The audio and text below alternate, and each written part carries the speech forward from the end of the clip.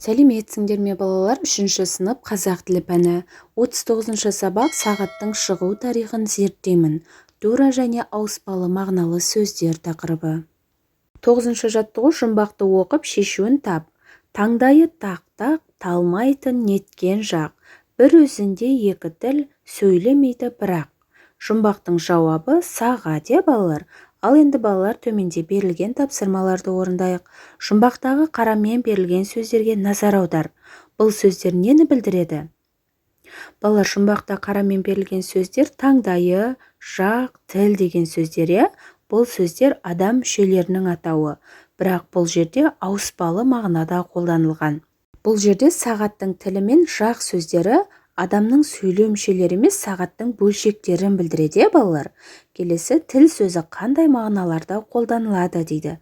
Балалар, тіл сөзі тура мағынада адамның сөйлеу мүшесі, ал ауыспалы мағынада сағаттың тілі, ана тілі, шет тілі, яғни сөйлеу, тілдесу мағынасында, тағы да басқа мағыналарда қолданылады.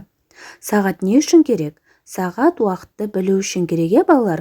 Ол адамдарға күн тәртібін сақтауға, сабаққа, жұмысқа, уақытында баруға көмектеседі. Келесі, суреттерге қара. Суреттер бойынша сағаттың шығу тарихын болжа. Балалар, суретте көріп тұрғанымыздай, ең алғашқы сағаттар құм сағаты және күн сағаты болған, кейін қалта сағаты, қол сағаты, үстел сағаты шыққан. Қазір электронды және телефондағы цифрлы сағаттар бар. Отбасы мүшелері қай сағат түрін пайдаланады? Сен өзің қай сағат түрін қолданасың? Балалар, отбасымызда ұялы телефон сағатын және қол сағатын қолданамыз, ал ата-әжелер қабырға сағатына қарайды. 10 жаттығу берілген сөздер тобын пайдаланып сөйлем құрап жаз. Мұнда берілген сөздер алтын уақыт және алтын сағат деген сөздер. Ал енді балалар, осы сөздерді пайдаланып сөйлем құрап жазамыз. Алтын уақытты босқа өткізбеу керек. Әкем анама алтын сағат сыйлады деп сөйлем құрамызға болады. Берілген сөздер тобында алтын сөзі қандай мағынада қолданылып тұр деп ойлайсың? Балалар, мұнда бірінші алтын уақыт деген сөзде алтын сөзі ауыспалы мағынада, ал екінші алтын сағат сөзінде алтын сөзі тура мағынада қолданылып тұр. Алтын уақыт деп неліктен айтады? Себебі уақыт адамның өміріндегі ең қымбат нәрсе. Ол өтсе қайта келмейді. Сондықтан оны алтын уақыт дейді. Өзің уақытты қалай пайдаланасың? Осы сұрақтың жауабын топта талқылауға қатыс дейді. Балалар, мен уақытымды тиімді өткізуге тырысамын. Сабақ оқимын, кітап оқимын, ата-анама көмектесемін, спортпен шұғылданамын деген сияқты. Бос уақыттарыңды қалай пайдаланасыңдар?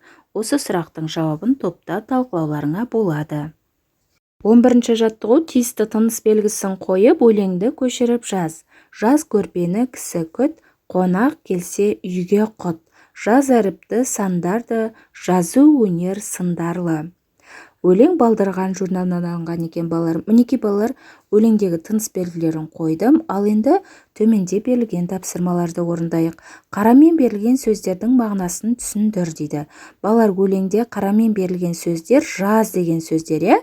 Бұл жерде жаз деген сөз екі түрлі мағынада қолданылған. Бірінші шумақта іс-әрекет мағынасында, яғни жаз көрпені деп төсекті жайып, үйді қонаққа дайында деп тұр. Ал екінші шумақта әріп жазу, оқу мағынасында, яғни жазу, оқу, сауат ашу әрекеті.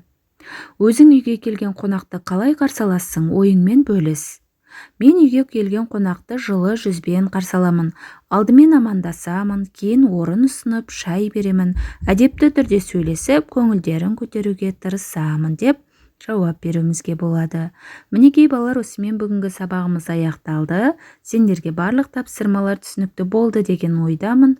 Балалар, келесі жаңа сабақты жіберіп алмау үшін каналға тіркеліп қоңырауша белгісін басуды ұмытпаңдар. Келесі жаңа сабақта кездескенше сау болыңдар.